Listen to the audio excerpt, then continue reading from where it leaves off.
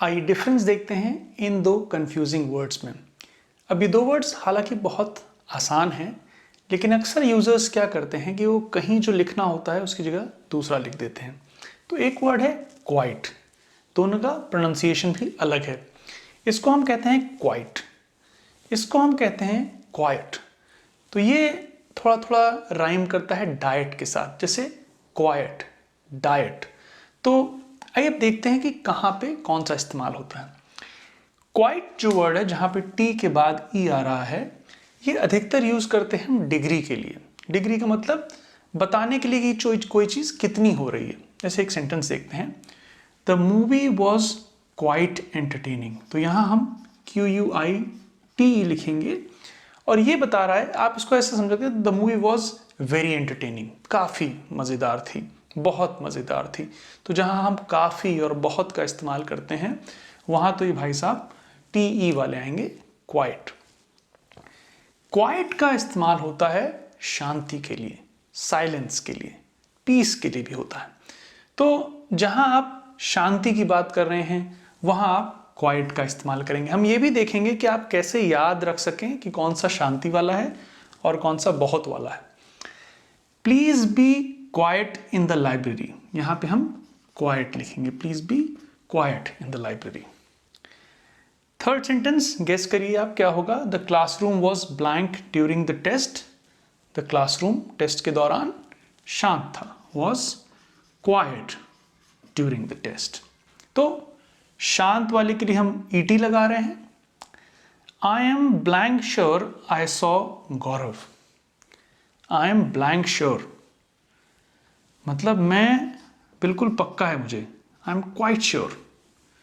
I am quite sure I saw Gaurav मतलब मुझे बिल्कुल पक्का है। तो हम यहाँ पे डिग्री बता रहे हैं कि हम श्योर, केवल श्योर नहीं है, I am very sure that I saw Gaurav. तो यहाँ पे आप श्योरिटी की डिग्री बता रहे हैं। यहाँ पे आप कह रहे थे एंटरटेनिंग नहीं है, क्यों, द मूवी वॉज एंटरटेनिंग तो एक हल्की फुल्की चीज़ हो जाएगी। The movie was quite entertaining, movie काफ़ी मज़ेदार थी। The garden is blank beautiful in the spring. मेरे ख्याल से ये करना भी आसान है। आपके सामने एक वर्ड लिखा है beautiful, the garden is quite beautiful. Spring के सीजन में गार्डन बहुत सुंदर हो जाता है। The garden is quite beautiful in the spring. तो अब इसको याद करने का एक तरीका क्या है, और इसके बाद एक सेंटेंस देखते हैं जहां पे आपको क्वाइट और क्वाइट दोनों का ही इस्तेमाल करना होगा।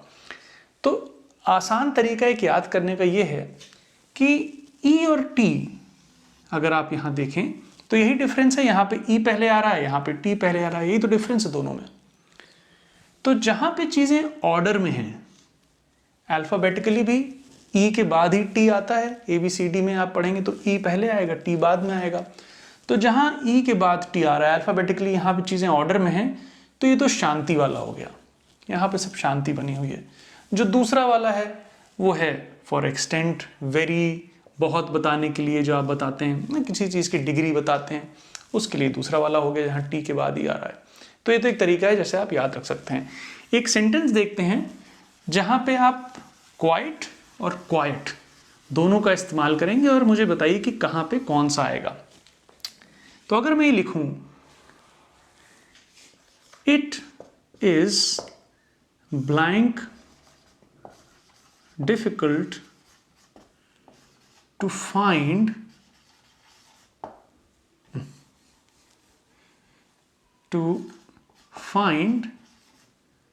अ ब्लैंक प्लेस। एक ब्लैंक में आपको क्वाइट लिखना है और एक ब्लैंक में आपको क्वाइट लिखना है। देखिए कहाँ पे कौन सा आएगा। तो blank difficult, it is quite difficult, काफ़ी मुश्किल है, बहुत मुश्किल है। To find a quiet place, शांत जगह। It is quite difficult to find a quiet place. तो हालांकि बहुत सिंपल वर्ड्स हैं, बट बहुत सारे लर्नर्स, बहुत सारे यूजर्स लैंग्वेज के इसमें बहुत सारी गलतियां करते हैं। सिंपल चीज़ों में ही अक्सर गलतियां होती हैं, तो ज़रूरी है कि सिंपल चीज़ें अच्छे से समझी जाएं। शायद ये तरीका आपको पसंद आए। अपना भी कोई तरीका आपके पास हो तो मुझे कमेंट्स में लिखिए। वीडियो आपको ठीक ठाक लगा हो तो लाइक करिए, अपने दोस्तों के साथ शेयर करिए और चैनल को सब्सक्राइब करिए। I hope it helps. Take care.